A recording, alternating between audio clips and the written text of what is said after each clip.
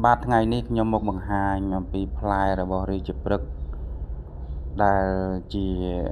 ដើមមង្គលមួយប្រភេទដែលការជឿជាក់និងនិយមដាំរបស់ប្រជាពលរដ្ឋខ្មែរយើងបាទរុក្ខជាតិសិរីមង្គលមួយនេះនៅពេលដែលផ្កាមានពណ៌លឿងពេញដើមគួរជាទីទាក់ទាញ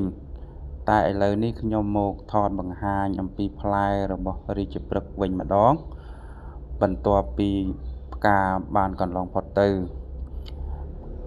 ផ្លែរបស់រាជព្រឹក្សធ្លាក់ជារំយោលស្រដៀងនឹងផ្លែអ៊ុយម៉ូយផងដែរដែលមានសម្រស់ផូរផង់គួរជាទីទាក់ទាញអញ្ចឹងដើមសិរីមង្គលរាជព្រឹក្សនេះគេនិយមដាំដើម្បីជាម្លប់ដ៏ត្រជាក់ត្រជុំនៅក្រោមឈ្មោះនៃរាជព្រឹក្សឈ្មោះដ៏អស្ចារ្យនៃរុក្ខជាតិនេះហើយក៏ដើម្បីលើករាសីលើកសិរីមង្គលមកដល់អ្នកដាំនិងក្រុមគ្រួសារផងដែរដោយការជឿជាក់នៅលើរុក្ខជាតិប្រភេទនេះមានទេវតាដែលថែរក្សានិងគ្រប់គ្រង